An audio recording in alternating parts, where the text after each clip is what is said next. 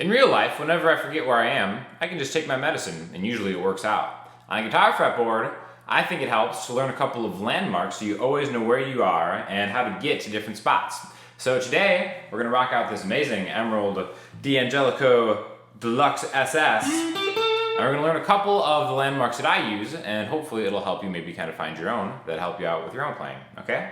So a lot of times, whenever we talk about like teaching guitar and stuff, A minor pentatonic is kind of the go-to spot, okay? So we are going to use components of that. And again, A minor pentatonic, real quick, is just 5th fret on the low E string, 5-8, 5-7, 5-7, 5-7, 5-8, 5-8. But the one specific note I want to talk about that you will never ever forget what it is and what you can do from it after watching this guitar lesson is right here. The 9th fret on the G string.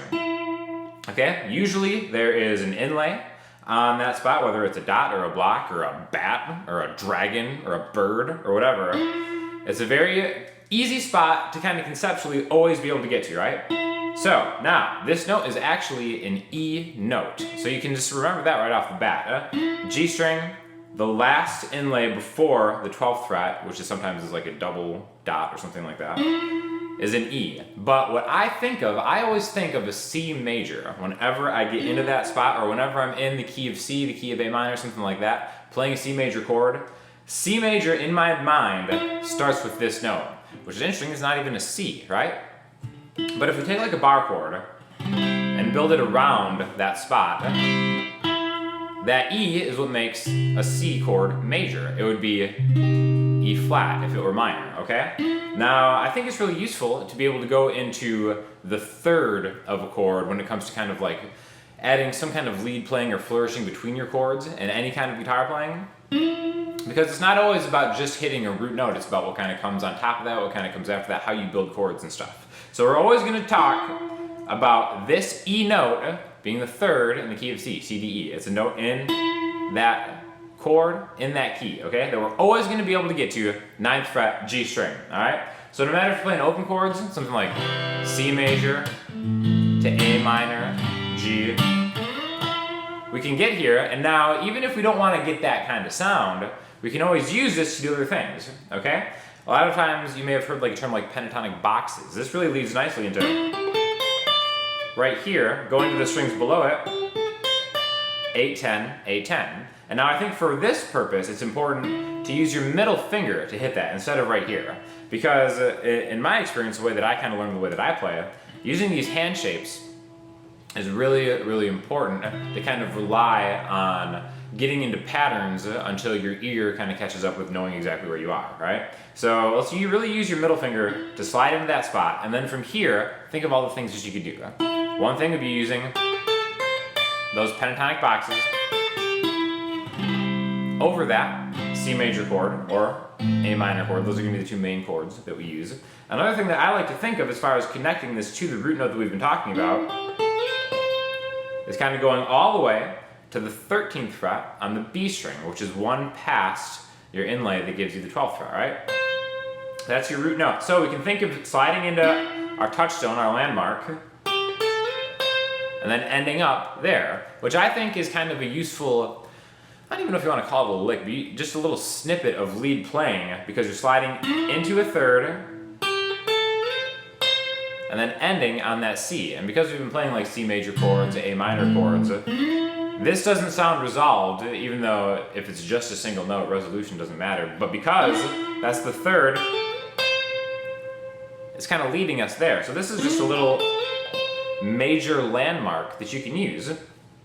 And I think it's really helpful because as guitar players, a lot of times the most important shape that we ever learn is an E string rooted major bar chord shape.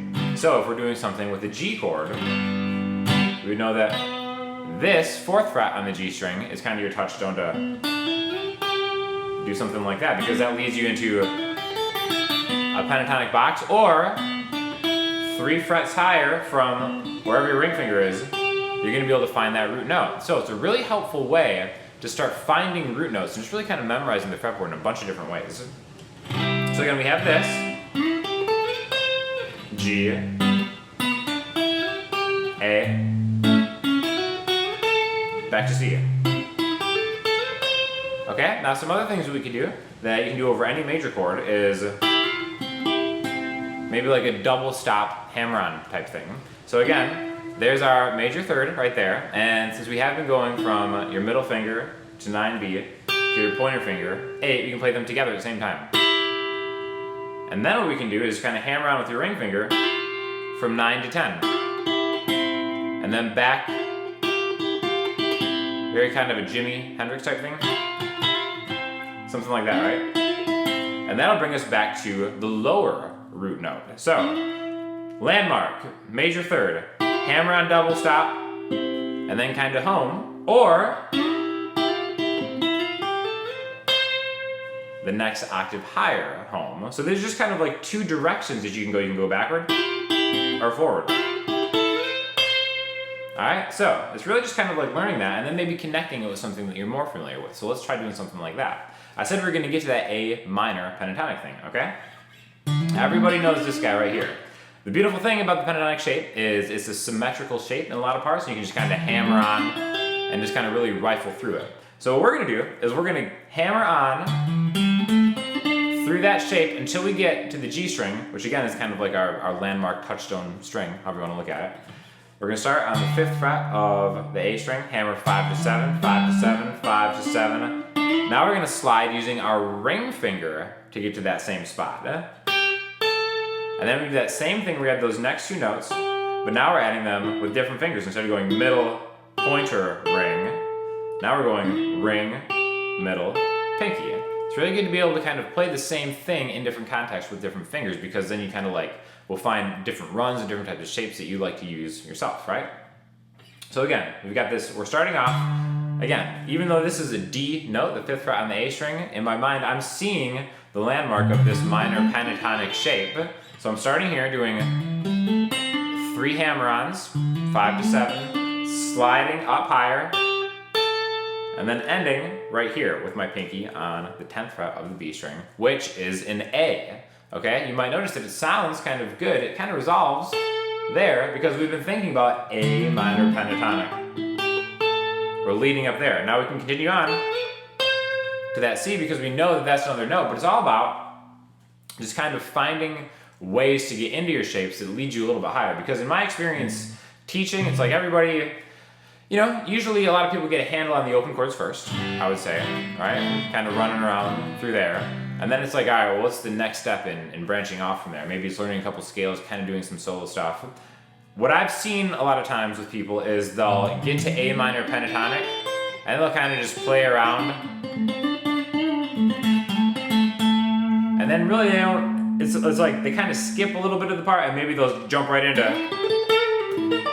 like E minor pentatonic, something like that. But I think there's kind of gaps that I've noticed with my students, and a lot of that is really solved by just adding these little touchstones. And they're really easy because you can kind of get into those fun pentatonic inflection double stop flourishes, but all you really need to know is a place to start. So I think that personally is one of the best ways that I've seen to kind of remember a lot of these things is to maybe tie this to where a major E string rooted bar chord would be, and then getting that major third with your middle finger, and then inflecting it, and then all of a sudden, you know, maybe you're really good at that already, playing into C, but then the thing that you can take from this is, when you have your ring finger here, 3 frets higher is gonna be a C. So maybe that's just like a different way to get from here to here. C, C, C. A lot of value in just kind of having touchstones. A lot of the best guitar players ever use some kind of landmark or touchstone to kind of get around. Again, this is just one that I've used a lot.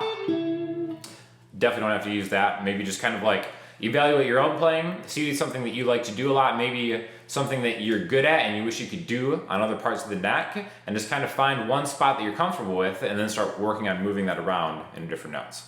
So anyways, hopefully that was helpful. Definitely hit me up in the comment section if you have any comments or questions, or hit me up on Instagram, Twitter, or the website. I'll talk to you all soon. Thanks a lot.